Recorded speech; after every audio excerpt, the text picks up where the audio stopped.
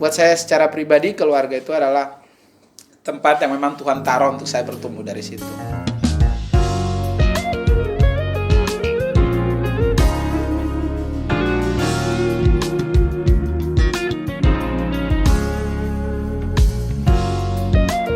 Oke teman-teman, sama kami lagi di VJ Channel ya. Jadi beberapa video sebelumnya kami sudah mengumumkan kita tidak lagi disebut sebagai VJ Podcast. Yap, betul. Tapi VJ Channel, podcast atau obrolan cuma menjadi salah satu bagian. Di dalamnya. Betul. Masih sama Victor, jangan takut, dan masih sama Bung Jack. Terima kasih buat teman-teman yang masih terus memantau, terus ngikutin, terus ngasih support dalam berbagai bentuk. Terima kasih ya. Xie mau lihat ya godang. Tuhan Yesus memberkati. Kami berharap dari tempat ini, dari Batam kota tercinta, dari Batam kota Teobeng, berkat Tuhan atas teman-teman semua. Amin. Hari ini kita akan lakukan sesuatu yang nggak kepikiran sebelumnya. Gue kepikiran masalahnya. Selama ini kan kami interview orang. Nggak pernah kepikir ya kalau kita menginterview diri satu sendiri, sama lain gitu. Jadi saya akan menginterview Jack, nanti Jack akan menginterview saya. Betul. Ya, jadi tayangan yang ini saya lebih dulu menginterview Jack. Siap Jack? Siap. Jangan keringat dingin, tenang. Udah, gini-gini om, deg-degan sebenarnya. Ya tentu ini interview dalam arti apa ya? Dalam arti yang ngobrol juga, dalam arti ya berharap ada banyak sisi hidup kami juga ya, siapa tahu jadi berkat buat orang, jadi inspirasi. Betul. Atau ya setidaknya jadi sekedar menghibur, menemani. Kalau ada yang lagi gabut ya istilah anak sekarang ya. Gabut. Nonton interview ini kita jadi bisa saling memberkati, saling jadi berkat. Jack, siap Jack? Kok jadi serius banget ya? Jack tunggu dulu. Saya suka terima WA-mu, SBB. Itu apa sih artinya? Sorry baru balas. Ya ampun. Saya pikir sebagai berikut loh. Saya kan orang lama. Iya. Tolong dong kalau anak muda paham umur juga. SBB. SBB itu sorry baru balas. Jadi untuk generasi X kayak saya di luar sana kalau dapat WA dari orang milenial, anak-anak milenial, SBB itu artinya sorry baru balas. Kayak saya pikir sebagai berikut. Sebagai berikut di depan gimana? Sebagai berikut baru balas. Oke, sekarang kita mulai ya. Saya kan Siap. bukan menginterview, tapi mau wawancara. Emang kerja di wawancara. Coba mengupas dari banyak sisi, menggali supaya kita kenal nih siapa Jack. Ya. Betul. Dan siapa tahu ada banyak sisi hidupnya yang kita nggak pernah dengar sebelumnya dan ternyata bisa jadi cerita inspirasi, cerita yang ya menghibur teman-teman. Dimulai dari nama lengkapmu Jack. Kan kita panggil Jack. Tarik napas dulu, gue deg-degan beneran serius. Biasa tuh nggak pernah deg-degan di depan kamera, tapi kali ini entah kenapa ya. Gitu ya. Kayak saya kayak ini ya, kayak pewawancara handal ya. Ya, jadi teman-teman disclaimer sedikit. Jadi beberapa pertanyaan juga bahwa kita ini sudah ada di VJ channel ya. Tapi orang belum begitu tahu siapa kita. Mungkin dengan ini walaupun kita nggak penting-penting amat juga sebenarnya.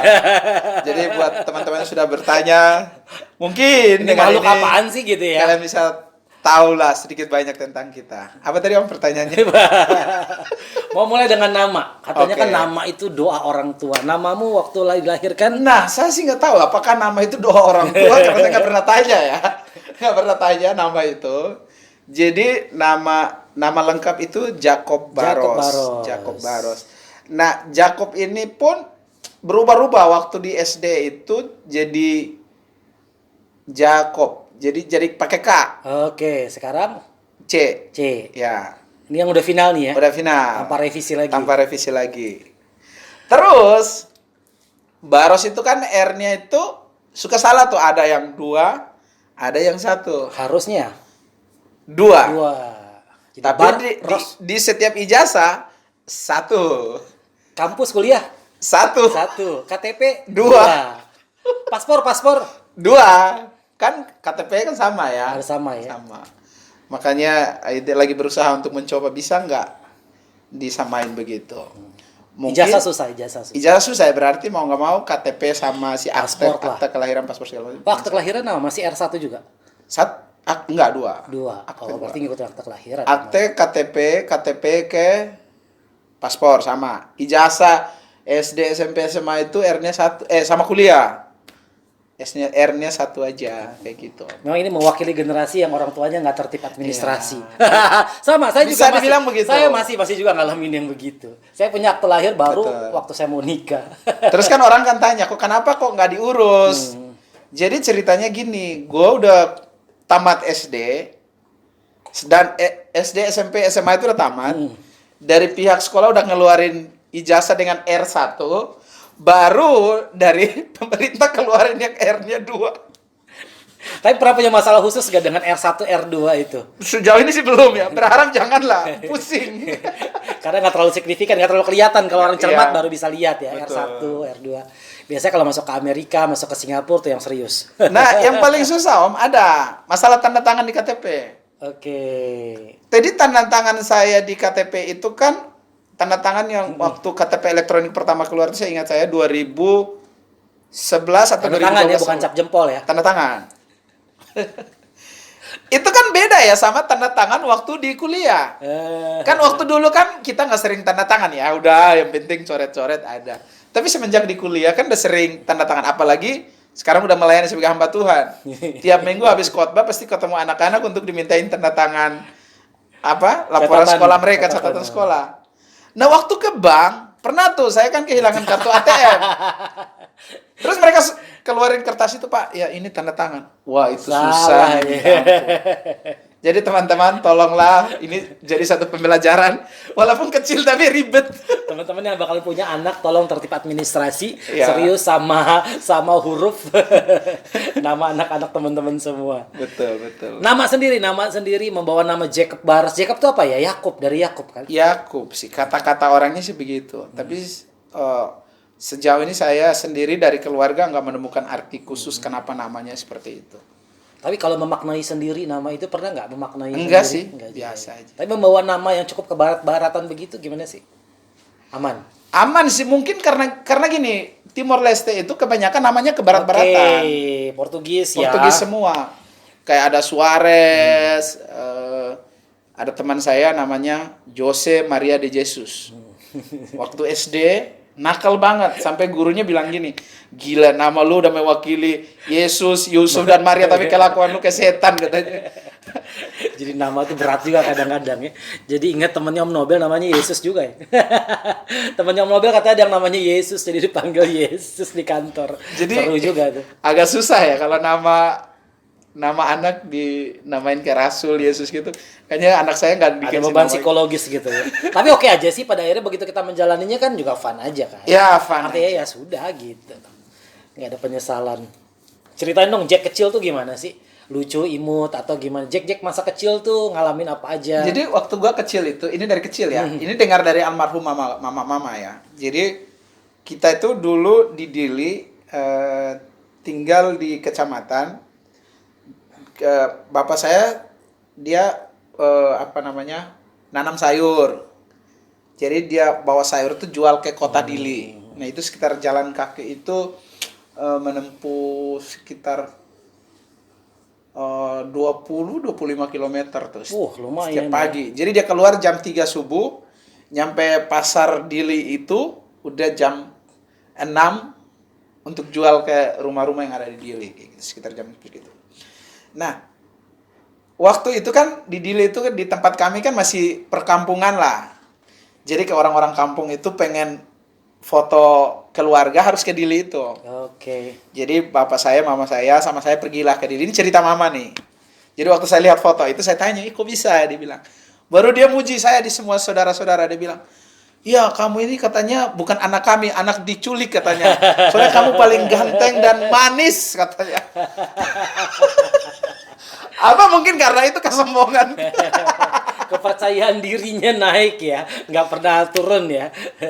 Soal gambar dirinya. Iya, mama saya selalu ngomongin itu. Dan itu salah satu yang saya ingat dari almarhumah mama. Di foto itu di, ya. di foto itu. Nah, sesudah itu masa kecil itu sebenarnya dari kecil ya bapak saya kan itu tadi dia bawa sayur pergi jual ke Dili. Terus dia beli jagung dari pasar Dili, bawa ke kampung kita, jual lagi ke pasar. Jadi saya ingat itu gini, dia beli jagung dari Dili itu 5 bulir.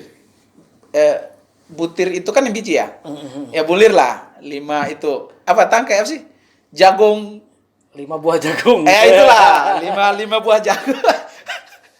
Jadi dia beli 5 buah, ini harganya 1.000 Om. Bawa ke kampung kita jual, 1.000. Jadi uang jajan yang saya dapat dari bapak saya, Jadi selisih harga jagung itulah ya. saya kasih dia. Saya nggak mau pakai. Tolong belikan saya jagung untuk bapak jual lagi. Jadi dari kecil itu jiwa Dagangnya ya. dagangnya itu udah. Jiwa bisnis ya. Jiwa. Justru mengenang masa kecil dengan itu ya. Tapi ada satu yang saya pikir itu dosa saya. Jadi kan setelah singkat cerita, kita sudah pindah dari. Oke, ini sebelum kayak cerita yang ini ya. Bapak saya kan tadi tanam sayur. Saya masih jualan sayur lah sama bapak. Jadi sore pulang sekolah, ambil sayur pergi jual. Entah datang dari mana pembelajaran itu, supaya sayur ini laku. Jadi setiap saya jalan harus ambil batu, lempar ke belakang. Apa filosofinya? Nggak tahu. Tapi di pemikiran saya, kalau lakukan itu pasti sayurnya laku, laris, manis. Emang benar, Om? Gitu. Nggak tahu apa itu datang dari mana tuh rumusnya. Nah, ini masuk ke yang saya bilang tadi berdosa itu. Setelah pindah ke NTT, ya seperti yang saya bilang bahwa Timor Leste kemudian memilih merdeka, kami yang ikut Indonesia pindah Ke Kupang ya. ke Kupang, bukan Kupang, Atambua. Atambua. Jadi di Atambua itu bapak saya akhirnya dia bikin roti bakar. Kalau di orang Dili sebutnya roti paun gitu tuh. Jadi tepung itu diolah, kemudian dibakar, dan kemudian itu dijual. Jadi saya jual. Jadi waktu itu seingat saya, orang beli 5.000, tapi duitnya 20.000 yang besar. Otomatis saya nggak punya uang kembalian nih. Jadi saya datang ke rumah, saya bilang, Pak, kasih 15.000 mau balikin. Jadi saya ambil dong 15.000 dari bapak saya. Terus dia pergi jual. Setelah itu datang, saya store nih. Yang di store apa? Uang rotinya doang. Yang kembalian tadi nggak pernah aku balikin tuh. Setiap kali selalu ketemu kasus kayak gitu. Dan bapak saya antara dia pikun, dia gak tahu. Jadi saya selalu punya keuntungan dari uang itu tuh. Berkali-kali lipat dari Berkali-kali harga lipat, roti. dan saya kadang dan hati kecil saya bilang, wah gila dos. Jadi justru pengalaman-pengalaman awal banyak inget dagang ya, usaha gitu ya. Jadi ke sekolah itu saya tuh kayak anak pengusaha, bukan anak-anak orang kaya. Berjajan Setiap orang lah saya ya? traktir lah. Oh, gitu Kamu apa? Beli. Dari kecil. Jadi dari kecil udah dermawan. Makanya penipuan itu agak mirip-mirip kayak yang namanya Yakub di Alkitab kayak jadi agak rada-rada mirip ya. Apa adalah doa ya. Iya. Itu Om, masa kecil. Seru ya. Tapi justru itu ya, bukan hal-hal yang rohani, gereja. Justru masa kecil lebih banyak diisi sama Ada kegiatan juga berdagang. gereja. Oh gitu. Nah, kalau di gereja di Dilin itu kami kan berapa bersaudara? 5. 4 lah. Yang satunya baru lahir di NTT. Dari yang satu udah lahir di Dili tapi masih kecil. Jadi kita bertiga lah. Nah dari antara kami bertiga plus 2 orang tua saya, yang paling rajin gereja itu saya. Oke. Itu satu. Terus entah mengapa Om, jadi kayak ada persekutuan doa. Jadi ini pendeta ini taruhlah dia dari desanya dia pergi ke tempat persekutuan doa. Nah dari tempat dia ke tempat persekutuan selalu lewat depan rumah kami. Entah mengapa setiap Rabu sore jam 4 itu secara refleksnya saya udah berdiri di depan jalan. Udah mandi, tuh. udah rapi. Udah gitu. siap. Gitu. Jadi datangnya saya langsung ikut dari belakang tuh ke gereja. Ke rumah persekutuan doa. Dan bapak-bapak itu datang tanya, tolong dong bukain Alkitab Korintus yang mana?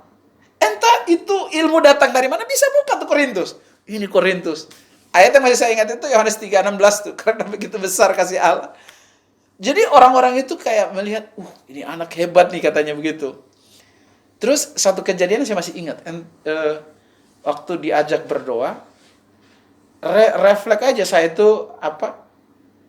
Kan kita kan kursinya bangku tuh, kalau kursi-kursi kayu gitu. Kayak saya langsung berlutut sendiri gitu. Terus entah kenapa berdoa nangis-nangis, terus orang-orang semua yang ikut doa ya. kayak gitu. Gitu. Jadi saya pikir, waduh, kok bisa ada momen seperti itu itu. di umur berapa tuh udah punya pengalaman? Apa kita bilang pengalaman pentakosta SD kelas 1. Oke. SD kelas 1, momen itu.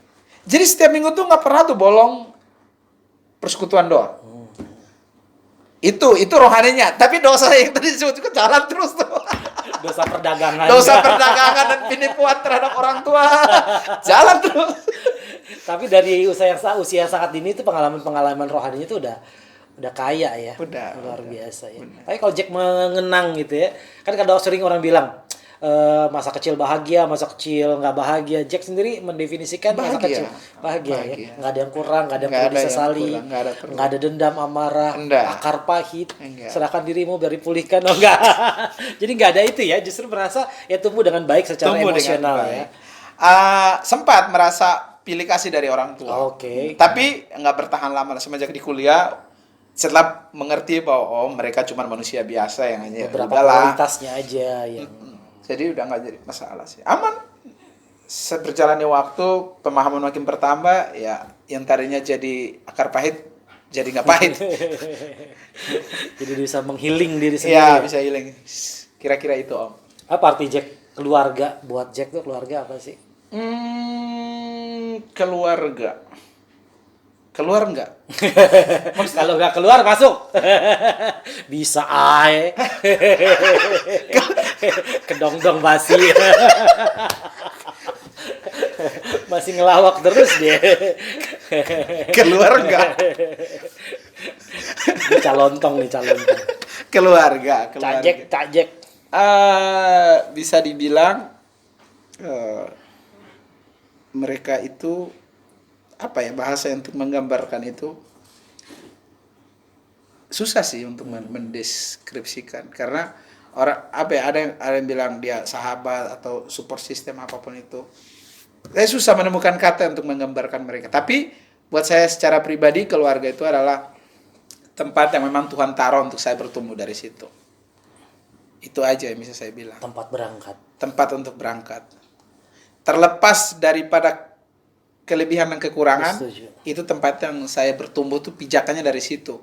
Jadi ketika saya meskipun ketemu kayak tadi saya bilang kurangnya kasih sayang, orang tua lebih memperhatikan yang satu daripada yang lain, itu kemudian tidak menjadi apa ya, satu yang bikin saya benci terhadap mereka. Tapi saya melihat ya ini wadah yang lu datang. Jadi bukan persoalan dari mana lu datang, tapi bagaimana aku melihat hidup gue yang hari ini ke depan, itu sih. Luar biasa bijak. Saya mencoba untuk tidak menangis ini. Jadi keluarga tuh memang tempat berangkat ya. Kalau semua perlombaan punya garis start, ya startnya itu ada di keluarga. Dan semua persiapan awal tuh ya Tuhan penuhi sebenarnya di situ. Apapun kondisi, kelebihan, kekurangan, ya Tuhan pakai itu semua. Ya luar biasa. Saya mau tanya soal pengalaman first love-nya sama Tuhan. Kan kalau saya lihat dari kecil punya banyak pengalaman rohani yang nggak ngerti gitu. Tapi yang cinta yang ngertinya, jadi saya jatuh cinta nih sama Tuhan. Ingat nggak momen apa? Ingat, banyak peristiwa. Jadi salah satunya itu tadi saya bilang. Jadi itu tuh bikin udah mulai aneh. Wow, kenapa ada momen seperti itu ya berlutut itu? Sama yang kok bisa tiba-tiba saya bisa orang tua tanyain kitab Korintus, kok saya nggak pernah punya Alkitab, kok bisa bukain Korintus. Saya ingat hari itu 1 Korintus 13 itulah yang kasih itu. Yang kedua, waktu udah pindah dari Dili ke Atambua, ada KKR sekolah minggu lah. Jadi waktu itu saya lupa dari mana yang bikin KKR, tapi momennya saya masih ingat bahwa kayak mereka mengajarin bahwa Tuhan, kasih Tuhan itu begitu besar. Jadi ilustrasi yang diceritain di waktu KKR sekolah minggu itu tentang si anak bungsu itu, 2 orang itu ya.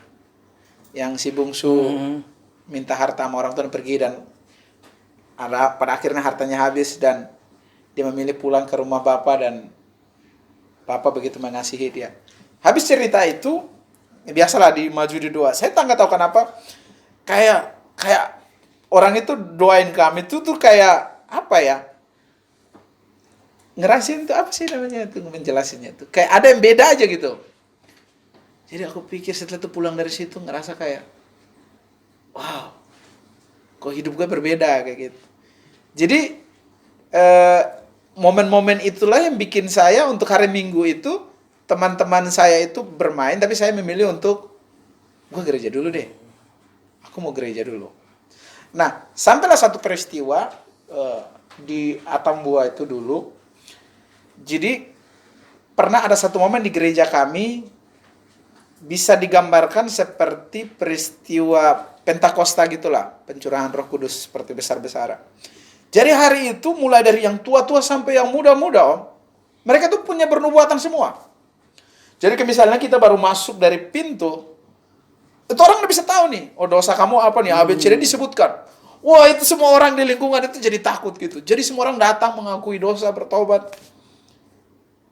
Terus di hati kecil saya bilang, saya juga pengen dong dengar suara kayak gitu, kenapa kok nggak dapat-dapat? Udah, habis itu ya saya nggak mendapatkan apa-apa. Jadi teman-teman saya itu punya, sampai anak-anak sebaya saya itu utuh Alkitab itu mereka cinta banget tuh, sampai nggak boleh jatuh, nggak boleh kelipat, sampai cium segala macam. Terus saya aneh aja melihat orang-orang itu. Terus saya bilang, Tuhan saya juga pengen dong ngomong, tapi nggak akan dapat. Tapi berjalannya waktu, teman-teman saya yang tadi hebat banget yang dipakai Tuhan, hidup mereka jadi hancur-hancuran.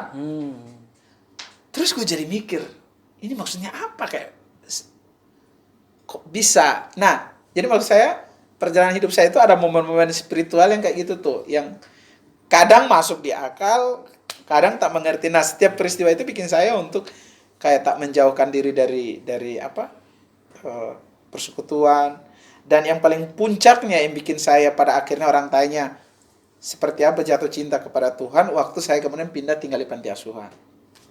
Nah, di panti asuhan itu saya udah nggak punya, masih punya orang tua, tapi kan udah jauh dari orang tua. Nah, waktu di panti asuhan itulah ada satu ayat di Mazmur yang begitu kental. Dia bilang, sekalipun ayah dan ibumu meninggalkan kamu, tapi Tuhan menerima kamu, masih menyambut kamu. Nah, waktu baca ayat itu, jadi kayak kalau orang karismatik bilang Roh Kudus yang ngomong lah, bicara tuh di hati kita bahwa ya sekarang cuman aku satu-satunya yang menjadi bapak lo, menjadi ayah lo, menjadi penolong lo.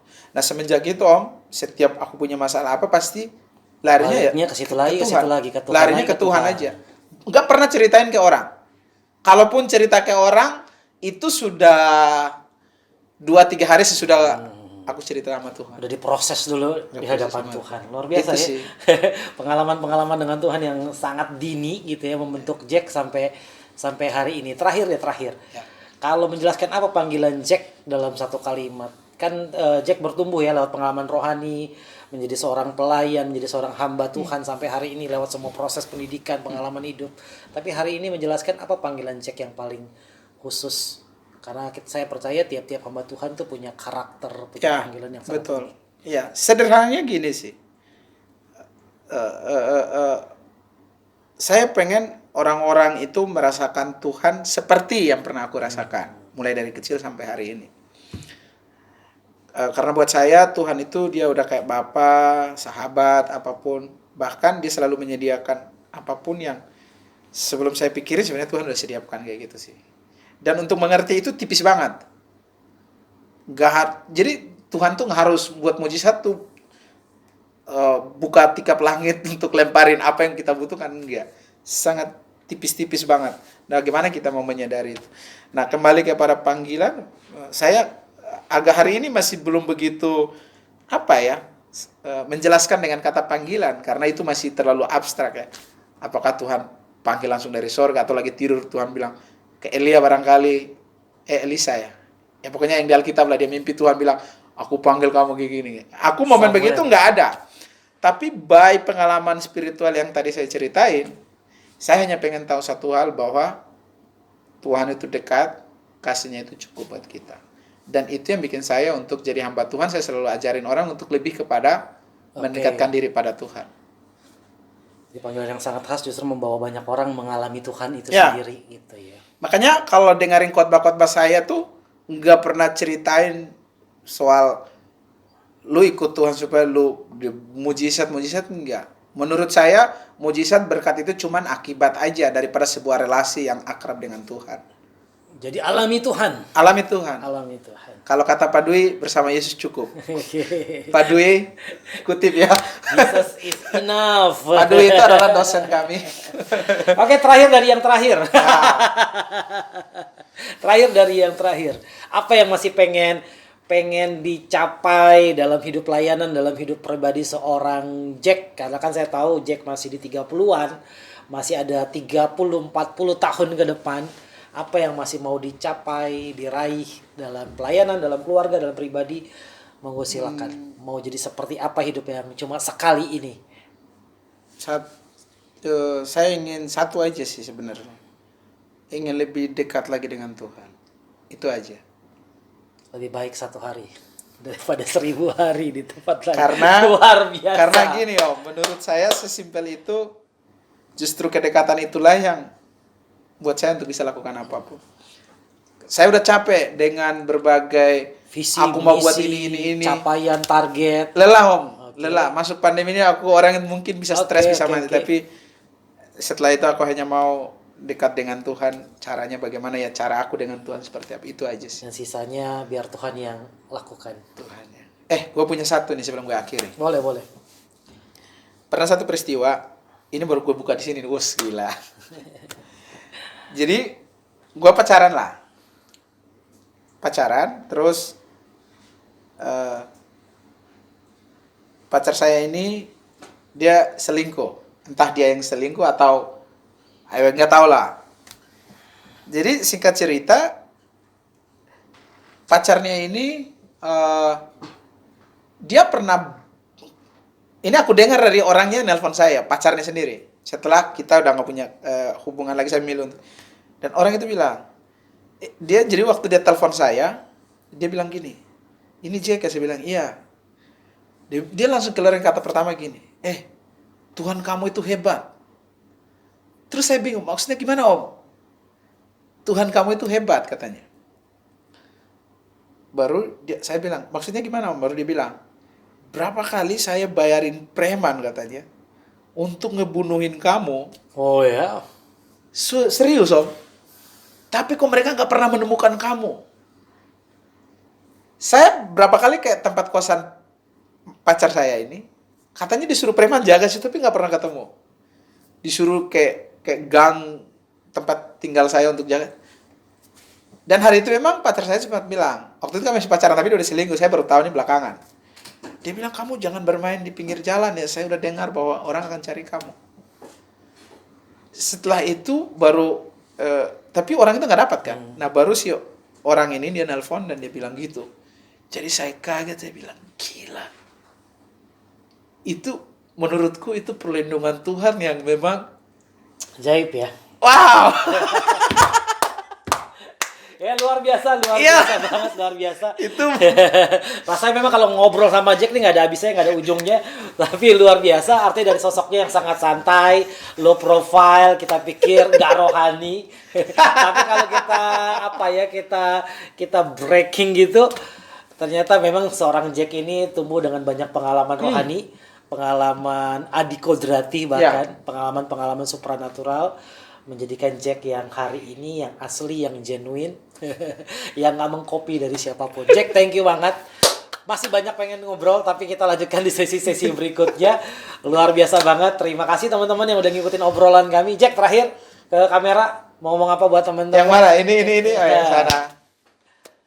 Oke, teman-teman, khususnya yang masih muda. Harapan aku dari aku ke generasi bawah, bahwa kalian boleh punya sejuta harapan, apapun itu nggak salah, manusiawi.